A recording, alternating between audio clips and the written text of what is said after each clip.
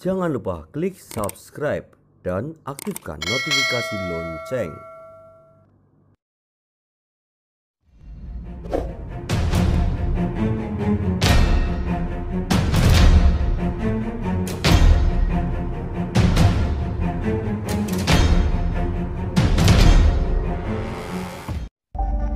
Acara ini dipersembahkan oleh Pekam Rukyah Jogja, terapi syar'i sesuai sunnah Nabi, pengobatan medis dan non-medis, Jalan Luwanu 44 Yogyakarta. Telepon 0823 1347 7172. Sahumu, sahabat Quran mulia, ngaji Quran asik. Telepon 0813 2846 4314.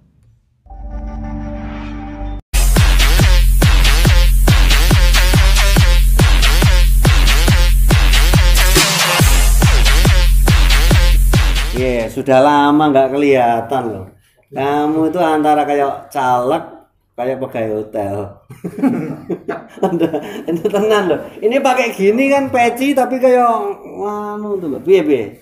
Lah saya itu kan orangnya kan seperti ini. Iya. Nganggo peci. Iya. Nek nganggo anduk kok guyu. Oh iya. Soalnya nggak anduk paling tulisannya welcome. Iya ya, kayak gitu itu. Tapi sibuk apa kowe saiki Mas Gus Bam? Suwi ra ketemu lho.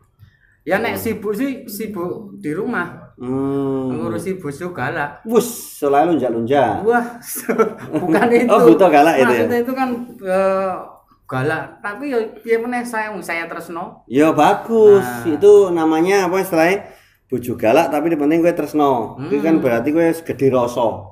Iya toh, kuwi bagimu itu memang sesuai kayak lagu. Lah ya memang apa? Jadi gede rasa. Terus apa ya istilahnya ini ngarani aku memang apa namanya? Lungiting asmara. Ya bagus. Tapi senajan bojo saya galak, tapi cinta saya itu bagaikan pipis di kolam renang. Wus, ya bagus itu. Warnanya tidak kelihatan tapi hangatnya begitu terasa. Iya. Percaya nek kuwi aku. Andane. Saya cedak ben anget ngono kuwi. Nah, ini ngomong bojo galak, iki teko malah balungan kiri. Catering tunggang es krim. Iki maksudnya. Ini kan godur pres apa piye? Bukan, itu es krim. Oh iya. Ya kalau mau pesen es krim iya. Catering ini. Persis itu. Ya sudah Ini mau kemana nih kita? Oh iya. Kamu pinter tenan nih begitu masuk. Apa? Kan langsung luar biasa ya. Iki kan gampang nek iki arep kamera 1. Engko iso lighting ya iso. Biar ngopo ngene. Ini Pak sampah kok. Iki gere rasa piro tenanan lho, Oke. Ejane beng sampah tenan, Mbak, sampah tenan. Gimana? Ini loh.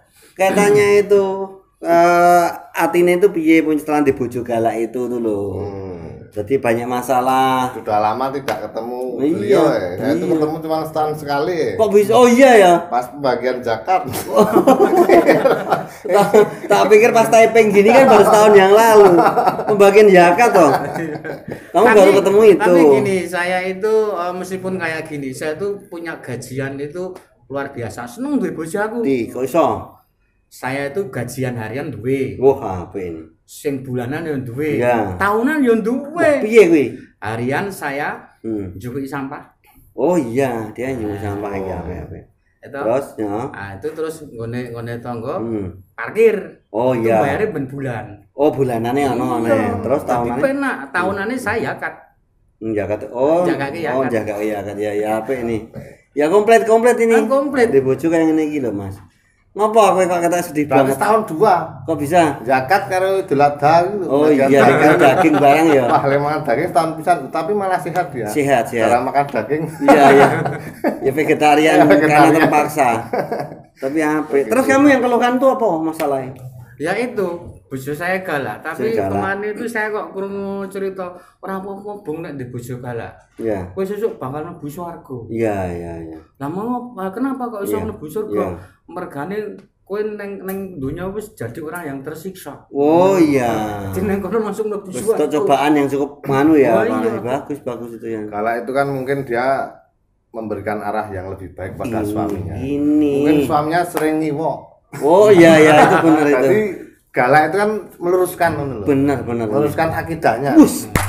Suara tahu ketemu langsung Itu baru satu loh. Ini baru satu ini. Istrinya baru satu. Kalau coba kalau 2, 3, 4. Oh. Semakin lurus kamu. Bus. Semakin beriman. Weh. Wow vlog. Tapi gini Mas Fuad, Udah tahu ketemu kok jadi kayak gini ya. Kemarin Maksudnya tuh semangatnya agama apa? Iya. Kemarin tuh muni penting kembali ke jalan yang lurus. Wah, aku nyoba neng Malioboro, ngidul terus. Terus Oh, ternyata memang lurus kono kuwi. waduh, maksudnya jalan lurus iki bahasa kiasan. Ora kuwi lurus terus. Wong apa nama kartonnya nopo sapa tuh ya? Medhot janji. Kan medhot janji apa itu kan ya belok kiri lurus wae kok. Nganggo belok kok. Gitu loh. Tapi terus bagimu tuh kamu piye? Merasa takdir keluargamu apa piye iki kaya ana apa ya? Kaya semacam ditakdirkan mengalami satu hal yang berat nopo piye? Iya kuwi, kadang saya berpikir wah iki apa iki berat kencur. Wah, ini wis ora tau ketemu sekali ngotak langsung tek banget.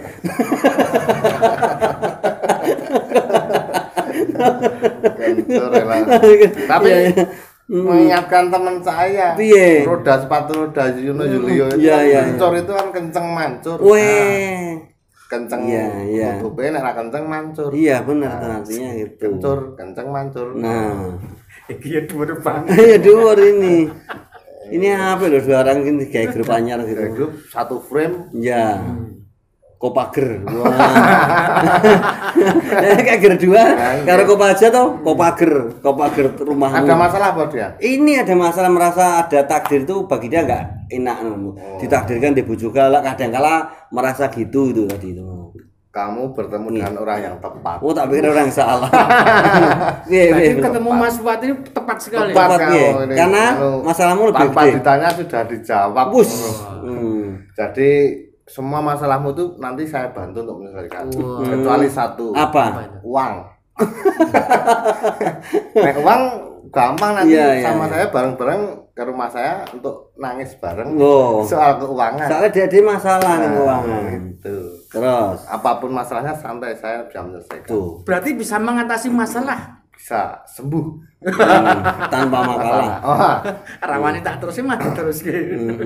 Ya bagus ini. sering-sering silaturahmi lah. Ini Silaturahmi lah. Jangan sampai kita datang ke tempat teman pas kita perlu. ini. Asor jenengan Mas. Lucu teman. Bisa lucu ya tadi ya. Ini loh Mas, kita apa telepon Ustadz Fahmi aja. Sebenarnya bagaimana menyikapi takdir. Kadang-kadang kita berpikir kalau dapat takdir yang tidak mengenakan kan bagi kita takdir itu kayak kejam ngono ya. Takdir itu tidak baik sebenarnya piye takdir itu. Ustaz jangan dijemput. Kenapa? Di dereke. Lah kamu Nah, ini Ustaz nggak punya handphone kok telepon. Oh iya. Ngece kamu. Oh, mana boleh ngece. Iki dua handphone. Kira iso nganggo. Oh iya, Dik. Pokoknya ini Lah saya di box nanti ya. bilang sama Pak Ustadz, ini tentang masalah pelawak terkenal. Apa? Takdir. Wah kader itu. Nek diluruske kok abot lho iki. Oh iki wis abot banget. Saya Wes jemput. kan, tak tunggu. Ya. Langsung nanti ke sini ya, diajak Ustadz ke sini, tak tunggu.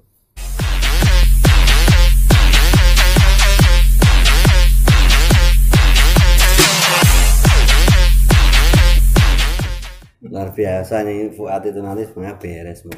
Ini dilawan tadi saya putih, kowe putih atau jenengan putih si Fuad putih. Itu orang Kang Senan loh ini. Lah ya makanya. Bus. Ini. Piye? Assalamualaikum ngono. Assalamualaikum. Baleni Omahku kok. Oh iya. Piye. Saya tadi suruh ngapain? Ke tempat Ustaz. Oh iya, malah saya karaoke kan. Lali aku. Wah. Cah iki mah. Tempat Ustaz malah karaokean lho. Tadi kemarin enggak waspak, saya enggak apa iki. Waalaikumsalam. Oh, Mas Bang. kok malah salaman meneh. Iki kan rumahmu. Oh iya. Silakan duduk Mas Tan. Iya. Oh sudah duduk toh? Saya kira belum. Jadi gini. Iki banget banget iki jeneng. Udah gede kabeh ya. Wis wae ora ning depan kamera lucu-lucu ning. Rata ana rekaman kok. Suwi kuwi. Bagus, ini tadi sudah saya belikan di Usia loh. Bistro Bandung. Tak pikir yang penjahit yang ternama talent sebenarnya malah Mau nggak Berarti ini 2 ND tuh Mas. apa? Second ya. Baru kok dia. Baru pakai 2 kali. Ya bukan second lah, paling ketiga keempat nih ya. Mau saya belikan celana jogger pants tadi coba. Biar kekinian loh Pak Ustaz. Suge saya. Seneng saya. Kenapa Ustaz nggak dikasih yang legging gitu? Yang macan. Dikira Jarang ya. Ustaz tuh ini loreng-loreng gitu ya. Dikira lansia senang. Nanti Pak Ustadz Toko langsung gimana saya? Angkat banget ini. Tanya nih Ustaz. Ini Pak Ustadz ini nanti penerang hati.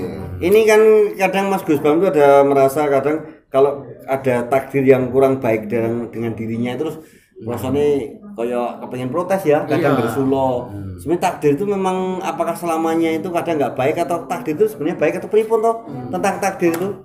Nah, Jawab Bedanya Mas Fuad. oh tenang. ini. Di situ kan sudah tak briefing. Apa aja yang perlu dijawab. Iya. Oke dong sinau Iqra sama saya. Wah, Ini hebat. Ustaz wis katam terus malah kon sinau kok. Karo dhek. Iya Mas Tiawan ya. Iya. Memang seperti Mas Gus Bam itu tidak jarang orang yang seperti itu Iya. seakan-akan mengatakan bahwasanya takdir itu kejam. Nah, itu.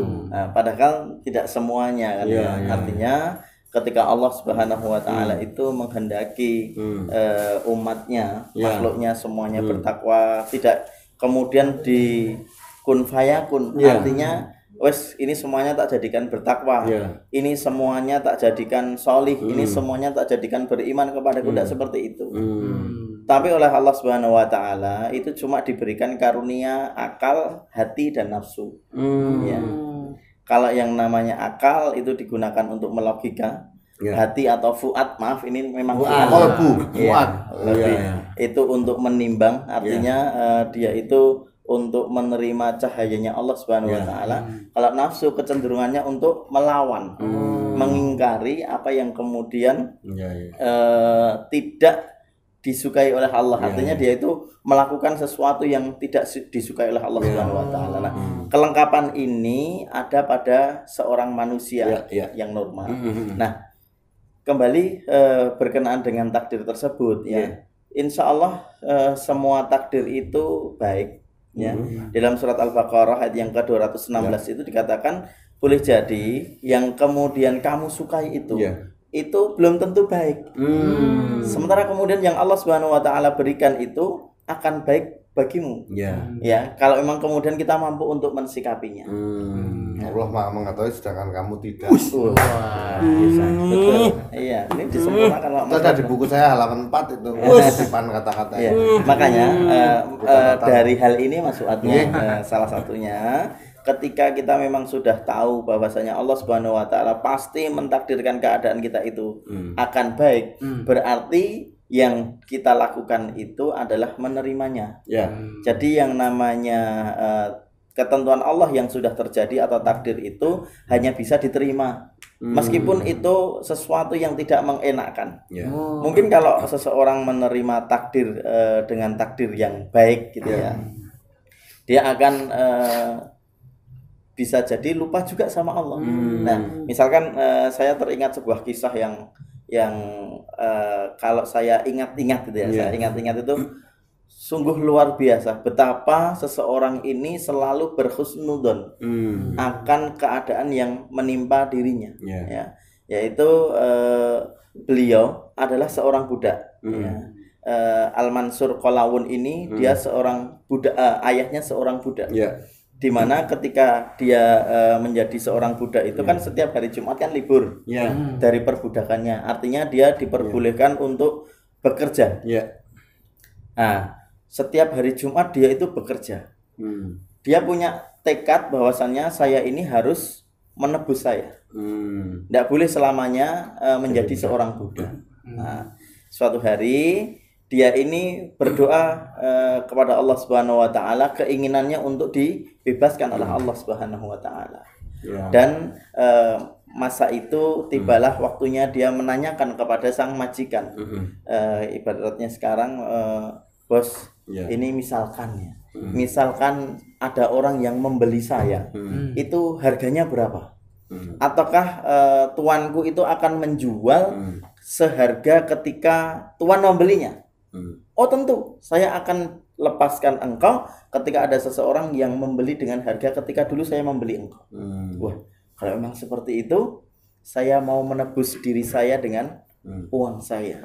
Wah, nah ketika itu memang dibayar sejumlah uang, di mana dulu dia dibeli berapa, akhirnya dia membeli dirinya.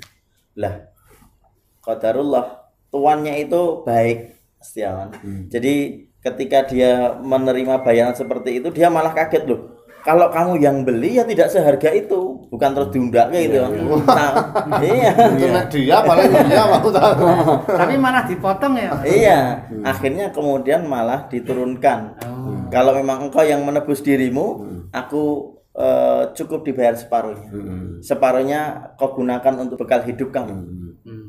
Maka dia berterima kasih kepada Allah Subhanahu wa taala. Ya Allah, terima kasih karena hari ini saya akan memulai kehidupan baruku. Saya akan menjadi seorang yang merdeka. Saya sudah memenuhi sebagai manusia normal biasa. Maka saya akan bersungguh-sungguh untuk menentukan cara mati saya.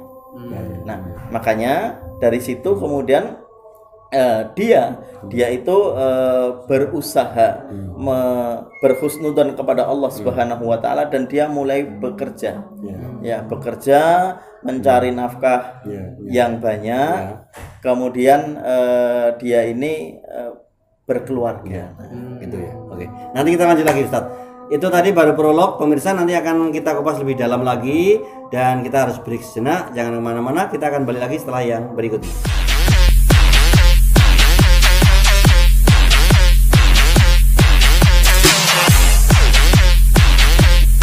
Pemirsa, masih kita lanjut lagi untuk ngobrol bersama Ustadz Fahmi tentang temanya adalah takdir itu baik. Ya, kita lanjut lagi, Ustadz. Ya, saya sampaikan berkenaan dengan kisahnya supaya kita bisa mengambil pelajaran di sini. Akhirnya kemudian ayah yang sudah bebas ini, dia menikah, melahirkan, memiliki seorang anak. Qadarullah, ya, qadarullah. Setelah memiliki anak itu, kemudian istrinya menyusui 2 tahun, meninggal istrinya. Nah, akhirnya ya seperti yang disampaikan oleh para tetangga, kamu itu memang kasihan ya. Dulu kamu itu seorang budak, ketika kemudian bebas, kepengen memiliki keluarga, sekarang engkau sudah memiliki anak, tapi kenapa kemudian istrimu malah meninggal? Apa yang dikatakan ayahnya ini? Dia mengatakan, oh, saya tidak menjadi masalah yang semacam ini. Kita tidak mengetahui ini itu rahmat ataupun musibah. Yang jelas saya berhusnudzon, saya berprasangka baik kepada Allah Subhanahu wa taala. Nah, akhirnya waktu berjalan, dan akhirnya betul sang ayah ini membesarkan anaknya single parent gitu ya. Setelah itu kemudian selalu ditanamkan kepada anaknya ini bahwasannya dia harus mampu untuk menerima takdir, dia harus mampu untuk berhusnudzon kepada Allah, dia harus senantiasa sabar dan sebagainya. Akhirnya kemudian suatu hari dia menceritakan apa yang kemudian menjadi bunga bibirnya para tetangga. Dulu dia budak dan sebagainya. Anaknya diberitahu, "Nak, ayah ini dulu seorang budak, tapi kemudian ayah ini memiliki keinginan untuk menebus kemerdekaan ayah sendiri. Karena apa? Karena orang yang paling mulia itu adalah ketika dia mampu menentukan cara bagaimana dia akan bertemu dengan Allah Subhanahu wa taala. Artinya belum tentu seorang budak itu bisa berjihad, bertempur, tapi kalau dia seorang merdeka bisa menentukan sendiri. Nah, kalau itu memang niatan ayah, mari kemudian kita hari ini persiapkan jihad itu, kita membeli kuda. Wah, sudah. Uangnya yang dia miliki dia bawa ke pasar, kemudian dibelikan seekor kuda yang sangat gagah. Nah, akhirnya apa? Ketika sudah seperti itu, dibawa pulang, sudah menjadi pembicaraan tetangga-tetangga lagi. Oh, kamu ini ndak mikir, rumahmu aja kayak gitu, kandang kuda ndak punya, sekarang malah beli kuda. Berapa uang yang kau gunakan untuk membeli kuda seperti itu? Terus kemudian dikatakan kepada anaknya, "Nak, dah santai aja, ndak apa-apa. Kita tidak tahu kita punya kuda ini musibah ataupun kemudian rahmat dari Allah. Yang jelas kita harus husnudzon kepada Allah." Nah, akhirnya setelah itu kuda setiap harinya dirawat, diberi makan yang terbaik dan sebagainya, hingga pada hari yang ke-7 ketika dia akan memberi makan kudanya di waktu subuh, kandang yang apa adanya itu sudah terbuka, kudanya hilang. Wah, akhirnya kan ya biasa ya. Waduh, kok kudanya hilang? Tetangga yang komentar lagi. Nah, bener kan? Kamu ngurusi kuda itu ndak bisa. Nyatanya dia pergi. Nah, tenang saja nak, ada kuda atau tidak, yang jelas kita tetap berjihad di jalan Allah. Kita tidak tahu hilangnya kuda ini musibah ataupun rahmat. Yang jelas kita berprasangka baik sama Allah. Nah, ya sudah, waktu berjalan begitu saja. Selang 3 hari Allah mentakdirkan ketika dia bangun malam, kemudian terbangunkan dengan suara ringkikan kuda yang sangat banyak, kegaduhan kaki kuda yang sangat banyak. Dia keluar, Masya Allah, kok kudanya banyak. Hingga pagi datang, akhirnya tetangga yang kemudian komentar lagi, wah seneng ya kamu ya, habis kehilangan kuda, sekarang engkau mendapatkan kuda yang sangat banyak. Ternyata apa? Allah itu mendatangkan kuda yang sangat banyak tadi apa? Karena kuda yang dibeli ini adalah ketua rombongan di kawanan kuda tersebut. Akhirnya dia kembali ke koloninya, ngajak dibawa ke kandang karena diperlakukan dengan baik. Nah, akhirnya setelah itu dikomentari oleh tetangga seperti itu, ini anugerah, ini rahmat ataupun musibah kita tidak tahu. Yang jelas kita berprasangka baik saja sama Allah. Wah, akhirnya anaknya mulai senang dengan kuda, ayahnya berlatih dengan kuda, anaknya juga demikian karena kuda liar ya, namanya kuda liar ditunggangi oleh seorang anak. Wah, kenapa Mas bahasa Jawanya jepat? Jatuh kakinya patah. Komentari lagi lah, mending tidak punya kuda daripada punya kuda banyak, kakinya patah. Akhirnya seperti itu kan. Dah nak, sabar, ndak apa-apa. Ini ndak tahu patahnya kakimu ini rahmat ataupun musibah. Yang jelas kita berprasangka baik sama Allah. Nah, setelah itu selang beberapa bulan akhirnya ada wajib militer. Ada wajib militer, rekrutmen, bahwasanya pemuda-pemuda harus berangkat karena saat itu terjadi perang saudara. Ayahnya berdoa, ya Allah, ini perang saudara, bukan jihad yang kau kehendaki, lindungi kami ya Allah. Akhirnya anak-anak pemuda tadi dicek sama prajurit-prajurit kerajaan, akhirnya yang sehat-sehat diminta. Terus ditanya Saifuddin Qalawun ini, kenapa ini? Anak saya ini patah kakinya, kemarin berlatih kuda. Oh ya sudah, tidak layak ini untuk perang, tidak layak. Akhirnya tetangga yang datang, senang ya punya anak kakinya patah, saya itu punya anak sehat malah diajak untuk wajib militer. Nah, selalu ada kebaikan hingga kemudian akhirnya peristiwa jihad itu terjadi, dan apa yang dicita-citakan ayahnya Saifuddin Qalawun ini pun dia menemui syahid, dan Qalawun pun ditahan, tertangkap ketika perang saat itu, dan akhirnya dia pun menjadi budak. Nah, singkat cerita, suatu saat dia itu beberapa tahun setelah itu akhirnya menjadi seorang penguasa karena ada gerakan para budak ini yang mampu untuk menjadi seorang pemimpin. Dia memimpin negara tersebut. Nah, pemirsa yang dimuliakan oleh Allah Subhanahu wa taala, memang demikian adanya takdir. Ketika Allah Subhanahu wa taala memberikan cobaan kepada makhluknya, pasti ada hikmah, dan di situ ketika kita mampu mensikapinya, pasti Allah Subhanahu wa taala memberikan kejutan yang berupa sebuah kesenangan, meskipun itu seakan-akan musibah. Buktinya Saifuddin Qalawun ini sempat mengalami ketika masih remaja patah kakinya, tetapi itu berdampak dia tidak terjun di dalam perang saudara, yang mana itu tidak diizinkan oleh Allah Subhanahu wa taala. Bagaimana ketika ayahnya Saifuddin Qalawun kehilangan kuda, maka dia pun mensikapinya dengan husnudzan kepada Allah Subhanahu wa taala, dan ternyata Allah Subhanahu wa taala memiliki rencana, yaitu seekor kuda mengundang kawanannya untuk datang ke rumah sang anak ini atau seorang bapak ini yang kemudian dia memiliki cita-cita untuk syahid di medan pertempuran. Ketika kita menjadi seorang manusia, pemirsa yang dimuliakan oleh Allah Subhanahu wa taala, tujuan kita adalah lillahi taala. Hanya kepada Allah Subhanahu wa taala yang maha tinggi. Tidak ada niatan kecuali kita mengambil ridhonya Allah. Andai kata kemudian kita merasakan sebuah penderitaan dan ternyata Allah Subhanahu wa taala ridho, ketika kita bersabar, maka kenapa tidak kita lakukan? Karena di balik musibah itu Allah Subhanahu wa taala seakan-akan mengurai dosa kita, menghilangkan dosa kita, kemudian akan mengangkat derajat kita. Nah, gitu ya. Oke. Sebagai kesimpulan Ustadz, ini mungkin bisa disampaikan ke pemirsa bagaimana agar kita tuh kalau menerima takdir itu dengan hati yang baik, husnuzon dan sebagainya. Ya, pemirsa yang dimuliakan oleh Allah Subhanahu wa taala, mengambil ibroh ya, tidak harus selalu kita mengalaminya. Tetapi pelajaran kuat yang disampaikan dalam catatan sejarah ini bahwasannya kita sebagai seorang muslim harusnya selalu bersikap sabar, harus bersikap qanaah, kemudian yang ketiga adalah senantiasa berhusnudzon kepada Allah Subhanahu wa taala. Andai kata musibah itu kita sikapi dengan baik, pasti yang datang adalah rahmat Allah. Ketika musibah itu kita sikapi dengan husnudzon kepada Allah Subhanahu wa taala, apa yang kita sangkakan itu pun akan diwujudkan oleh Allah Subhanahu wa taala kepada kita. Oleh karenanya, jangan pernah menyalahkan takdir dan jangan pernah bersuudzon kepada Allah Subhanahu wa taala, karena itu hanya mendatangkan bencana atas urusan kita hidup di dunia ini, yang lebih pasti adalah kehidupan akhirat nanti. Wallahu a'lam bishawab. Ya. Terima kasih sekali Ustadz Fahmi dan pemirsa, terima kasih juga atas perhatiannya.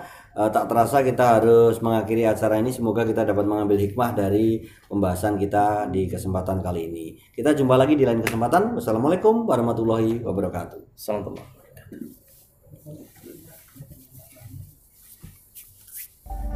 Acara ini dipersembahkan oleh Bekam Ruqyah Jogja, terapi syar'i sesuai sunnah Nabi, pengobatan medis dan non-medis, Jalan Luwanu 44 Yogyakarta. Telepon 0823 1347 7172. Sahumu, sahabat Quran mulia, ngaji Quran asik. Telepon 0813 2846 4314.